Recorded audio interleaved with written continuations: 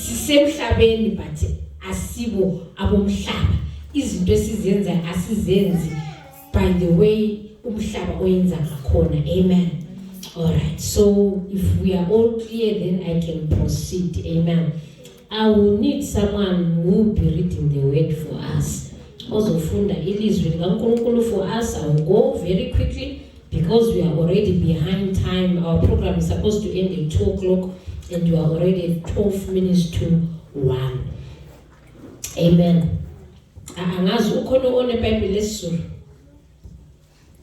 Zulu, ukhona. All right.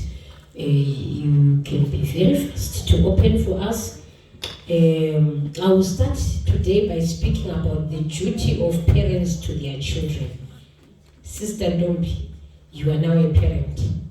So you need to know what are your duties as a parent.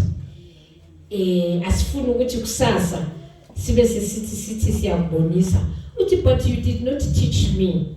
I did not know. So today we want ukuthi sifundisane ama duties according to the word of God.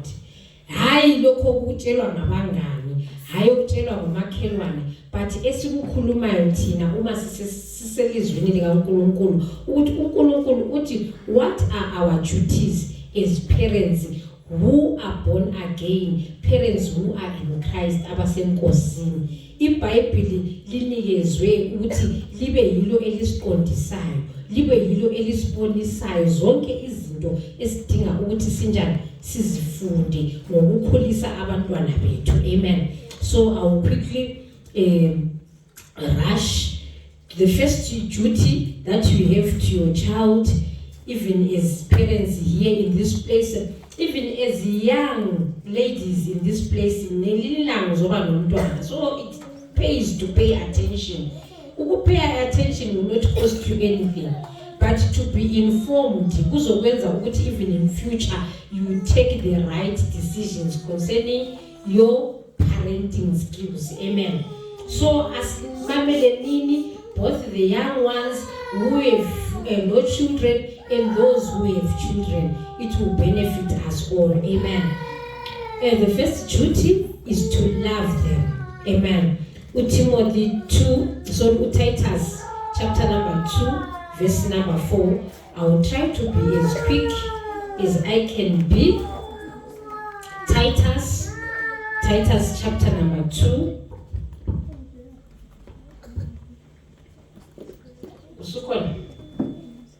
The one who's reading. Titus chapter number 2. If Ekonomunye please on an app. Sizulu ngicela sibe simsiza. Titus number 2 verse number 4. It's in the New Testament. Titus 2 verse 4. Verse 4. Ukuze bafundise abasifazane abasha ukuthanda amadoda abo bathande nabantwana babo. Amen. I think the verse is very clear. And it's lana yivesi ekhuluma ngemfundiso. Amen. Iqala ngokufundisa amadoda, ifundise abomama. Amen. Ithi kanjalo abafesifazane abadala baziphathe ngokufanele, abangcwele, bangabi ngabahlebi, bangabi izigqila zewayini eliningi, babe ngabafundisi bokuhle. Ngomama labo esikhulunywa ngathi ukuthi sibe ngabafundisi abahle. Amen. Omama siba ngabafundisi abanjani? Abahle. Yikho namhlanje sihlangene kule ndawo ukuzofundisa usisintombi ukuthi kumele enzeni njobana esengene kule level yokuba ngumzali. Amen. So kuqala ngokulaywa thina abesifazane ukuthi siziphathe kahle ngobungcwele, ngokufunakala yinkosi yethu, ukuze sesiziphathe kahle sesifundisa okuhle. Amen. Ukuze bafundise abesifazane abasha ukuthanda amadoda abo, bathande nabantwana babo. So iBhayibheli lithi kumele sikufundise ukuthanda umntanakho ntombi. Amen. Into yokuqala, your duty to this child is to love the child. Amen. Umthande umntanakho irregardless of what. irregardless of who says what, into eyokuqala okumele wena sikufundise ukuthanda umntanakho.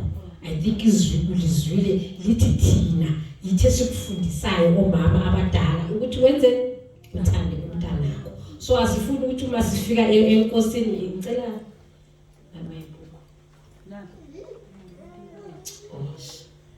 ukuthi uma sifika enkosini sisibuza ukuthi mothers, did you play your roles? And then we are found ukuthi we did not teach the young ones.